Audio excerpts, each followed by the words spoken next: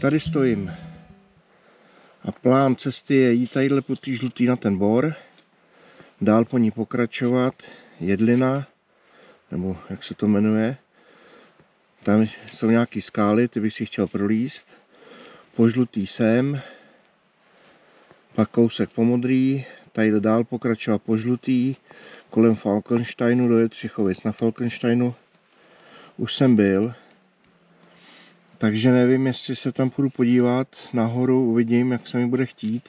A hlavně podle času, protože už je 10:30, což je dost, uvidíme, jak nás tma bude honit. No a pak bych se chtěl vracet takhle po té zelený, tady to vzít po té cyklostezce sem a po zelený nazpátek sem do toho místa. To je můj plán. Uvidíme, jak se splní. Plány jsou od toho, aby se porušovaly. Takže Národní park České Švýcarsko, vzhůru do něj.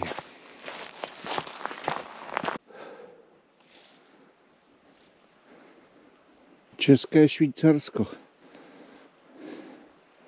Národní park, který brzo dosáhne jednoho světového unikátu. A sice národní park, v kterém nebudou žádný stromy. No, pěkný. Ale na vině asi nejsou lidi.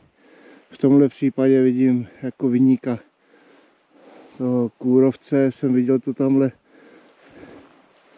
Tamhle je to dost. Tadyhle to je dost sežraný všechno. No a pak ty častý požáry. Těch je tu jako celkem dost těch požárů. Tamhle je to taky úplně holý. No jo, no. Jednou se z toho ta příroda zpamatuje. Sama. Pokud ji do toho nebudeme moc zasahovat. Tak já jdu dál. Tak právě jsem zdolal můj první kopec. Charakter přírody se moc nezměnil. Stále takový polopláně s schnilýma stromama, suchejma. Je toho tady dost. I přede mnou, kam jdu, tam toho je taky hodně. No jo, no. 40 let nebo 35 let s tím nikdo nic nedělal. Tak to takhle vypadá, no. Tamhle vidím v dálce Luž, nejvyšší horu Lužických hor. Asi měl by to být ono, myslím. Nebo Jedlová, možná to je Jedlová. Možná je to Jedlová. Nevím. Nevím. Jestli to někdo víte, tak šup do komentářů a naučte mě poznávat tu krajinu tady. Já to nevím. Já myslím, že to je Luž nebo Jedlová, jedno z toho. No nic. 2 kilometry stoupání mám za sebou. Jdeme dál.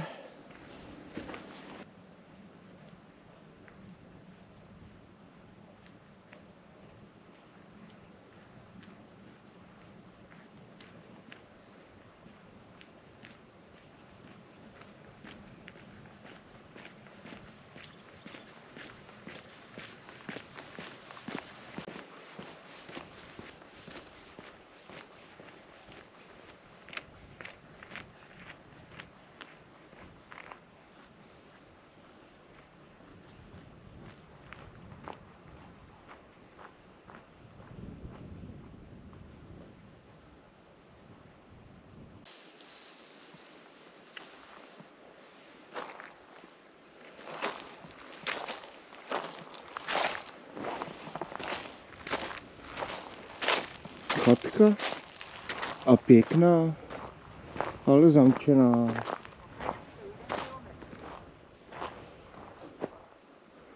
Lovecká chata u Eustacha. Modrá hřebenovka. Jdem tady.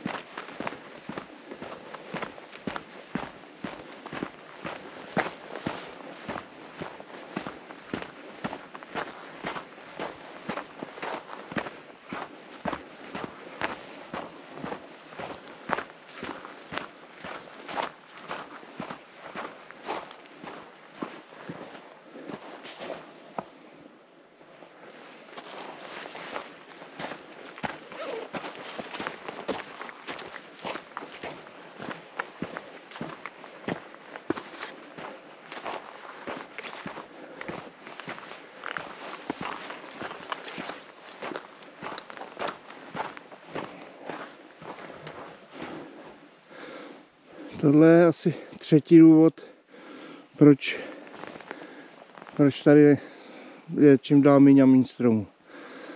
Nějaká vichřice se tady prohnala takhle tímhle sedílkem. Takhle dolů se to hnalo a všechno je to tady ulámaný.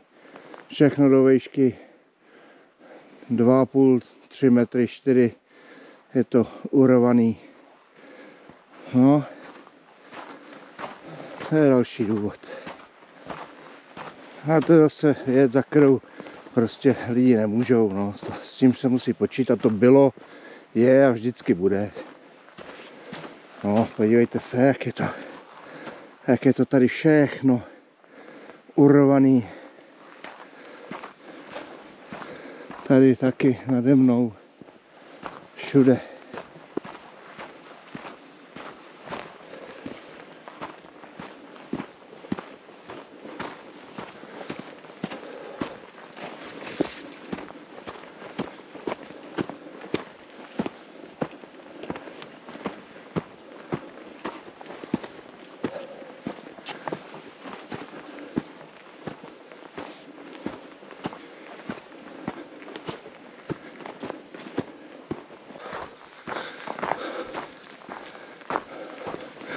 Krásný převis.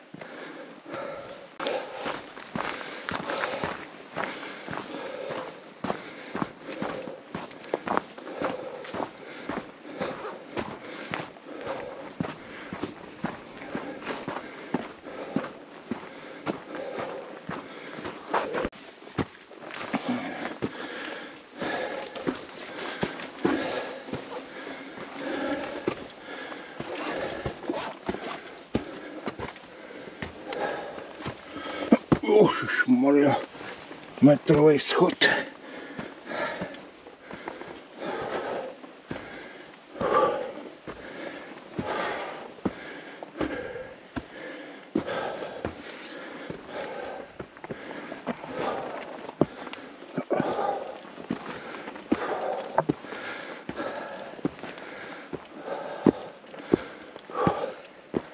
Kde je žlutá? Vidím. Asi tady.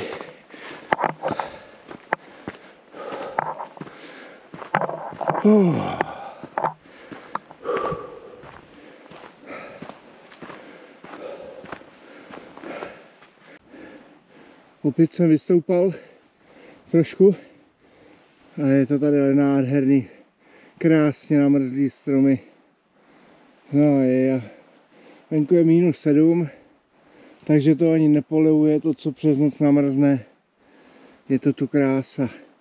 Škoda, že na zemi to není moc ještě zasněžený. Je to jenom namrzlý všechno, ale je to nádhera. Je to tu pěkné. No já stoupám tadyhle takhle. Tamhle snad už bude další vršek. Fuj.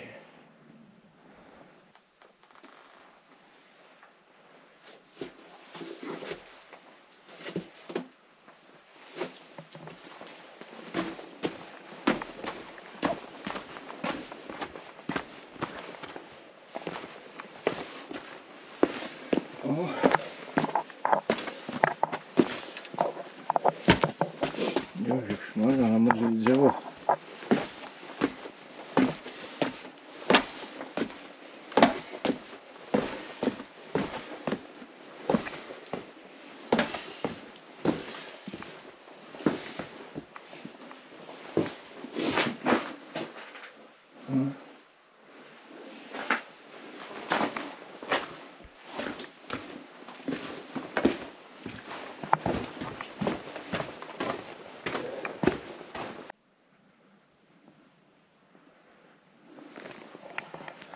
Já jsem přišel.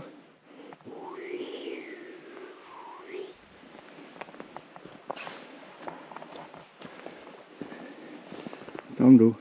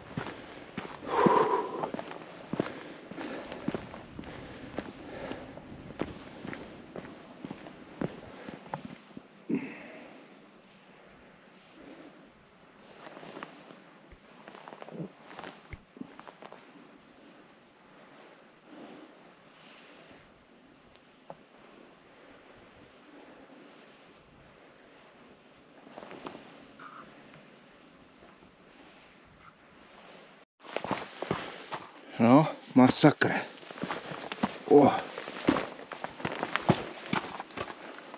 No, tak to teda, tohle bude zajímavý.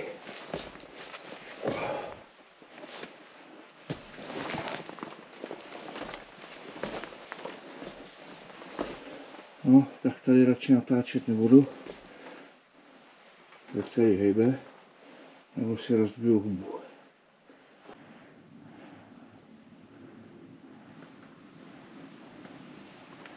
No,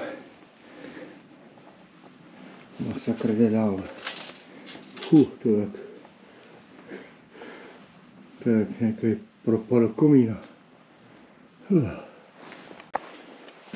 No, tak tohle bylo pěkný. Tohle bylo pěkný. Teď už to snad bude lepší.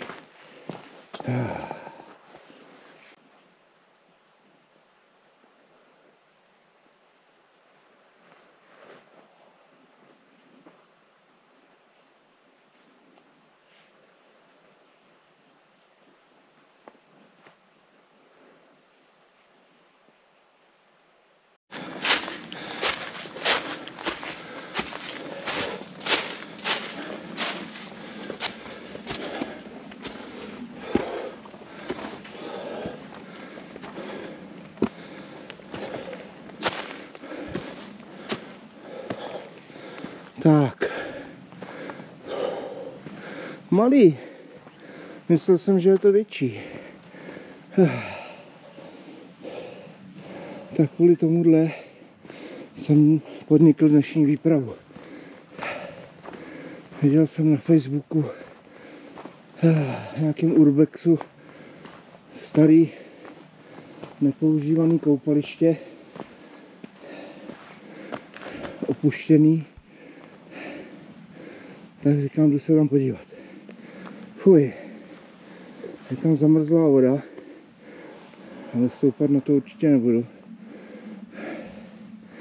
Ale je to malý. Myslel jsem, že to bude větší. Tak 10 metrů na dílku, možná kolik? 4 metry, 4,5 metru na štířku. No. Fuj, tady byl. Pěkný výšlap, jsem k tomu. No, tak. Mám to zkouklý. Můžu si odškrtnout další další místo, další destinaci. Skalní koupaliště.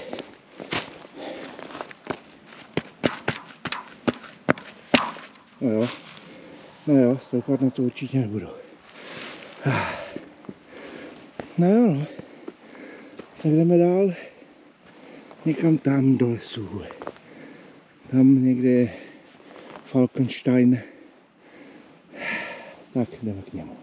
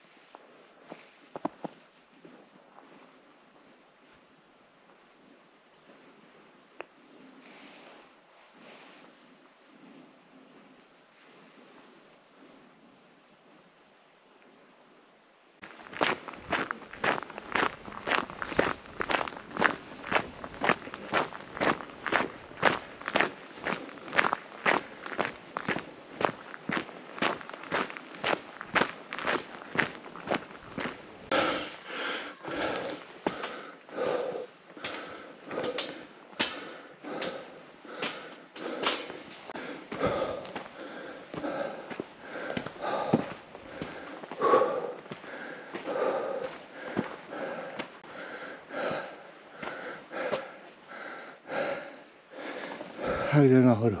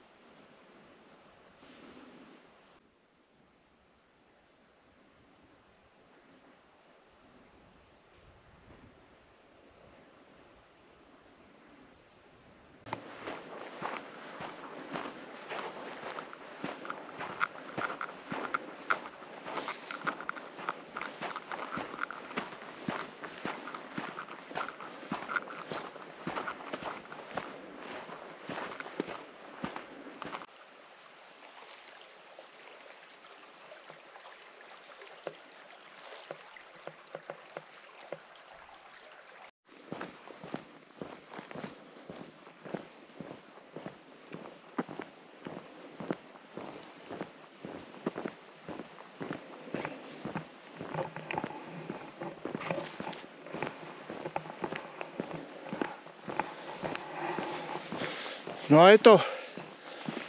Teď to mám ještě po asfaltu 1,5 kilometru k autu. Takže budu mít nějakých 20. Cesta měla cíl. Cílem bylo to staré koupaliště tam, v těch horách na té skále nahoře. Cestou jsem šel přes úzké schody, se to jmenovalo. To byl brutál. To bylo jak se vstupovat do pekla, do nitra země. Po žebříku, který měl snad 300 šprinclí. No, pár kopečků a byl jsem na tom koupališti. Tam mě zarazilo, že to je opravdu nahoře na skále a minimum místa kolem něho. Takže ty lidi, co se tam chodili koupat dříve, tak nevím, kde tam roztahovali svoje deky a ručníky. Tady je to namrzlý celý. No, jak jsem sešel z toho koupaliště, tak jsem se podíval na Falkenstein v Jetřichovicích, do Jetřichovic a pak odtamtud nazpátek. Ale ty Jetřichovice a kolem těch Jetřichovic, to jsou desítky Němců. Čecha nevidíš, občas Polák, nějak samej Němec. No a pak už to zase, jakmile jsem opustil Jetřichovice do kopců nahoru po Modrý, tak tam už zase nikdo nebyl. Takže mám to za sebou, jdu si to tady doběhnout, už to mám tak možná kilák. Takže vy like, odběr, zvoneček, díky a zas někdy.